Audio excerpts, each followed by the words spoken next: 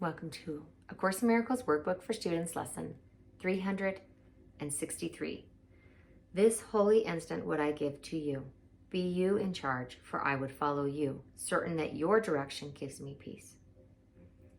And if I need a word to help me, he will give it to me. If I need a thought, that will he also give.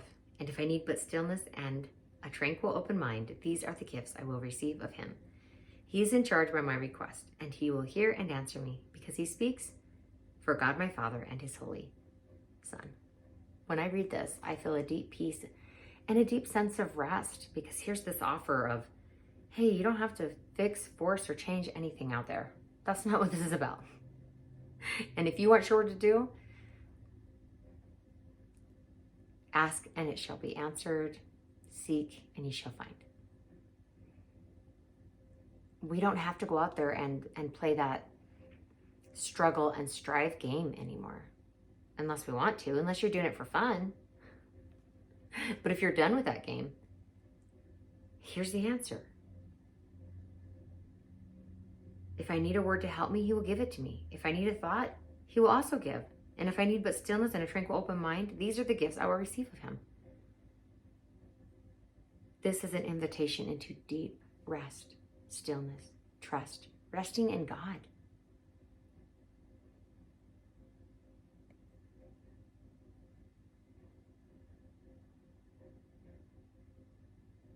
And while resting in God,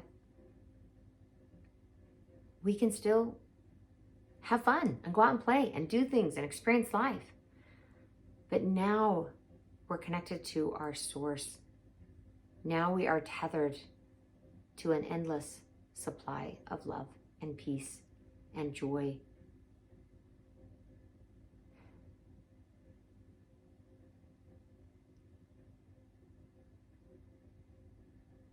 Now we're not here to fix or force or change or make other people do our will.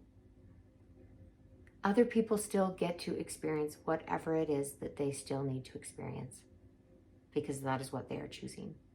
And it took me a while to realize this, and it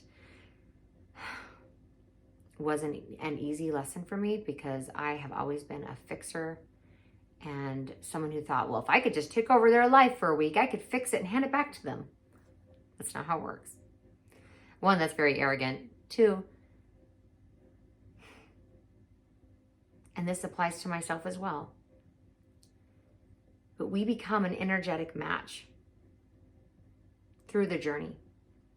If God could helicopter in and pick someone up and at point A and drop them off at point Z, without them experiencing the journey,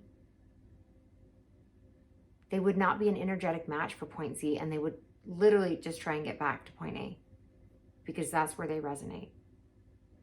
And this isn't a judgment or a condemnation, it's an acceptance, and it's actually deeply respectful to accept that others are also sovereign and get to have their experience. And at best, we get to shine a light and be a beacon of hope and be a light in the dark. And hopefully those that are genuine in their heart and truly seeking for a different world will see that light and be inspired and begin a journey in that direction themselves.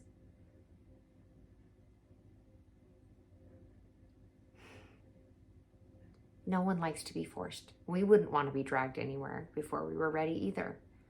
So we get to respect that journey for everyone else. No matter how deep or dark the pit that they seem to be in is, yes, certainly we can offer a helping hand. And if they take it, lift them out. But if they refuse it, it's okay. They'll accept another hand that comes along. It may not have to be yours. And if I need a word to help me, he will give it to me. If I need a thought, that will he also give. Your example of living in happiness and joy will be more powerful and potent for those around you than an example of fear or striving or trying to fix or coerce. That's the good news, that your job is to be in joy and to be you. That's it. It's the easiest job because it's so natural, because it's you. It is so natural to be in joy because that is you, and it's so natural to be the perfect being that you already are, because done. There you are. So wonderful, just the way you are. And of course, you can keep exploring and changing and evolving perceptually. But in God's eyes, God delights in the you, in the here now, not some future version of you that's more perfect. You're enough. You are enough. Thank you for joining me today, and I will see you tomorrow for lesson 364.